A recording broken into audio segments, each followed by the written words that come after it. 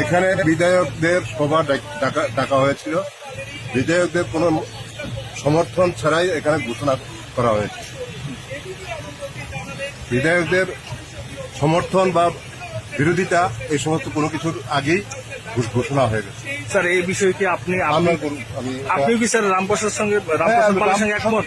না, বিধায়কদেরকে ডেকে এখানে যদি বিধায়কদের কোনো মতামত না নিয়ে যদি হয় তাহলে তো রামপ্রসাদ পালের সাথে একমত আমি। আপনি কি মুখ্যমন্ত্রী হিসেবে ডক্টর মানিক সাহাকে মেনে নিতে পারছেন? আমরা দেখুন, আমরা সংগঠন দেখেছি, তারপর এখন রাজ্যসভার এমপি হয়েছেন, আমাদের কোনো আপত্তি ছিল না।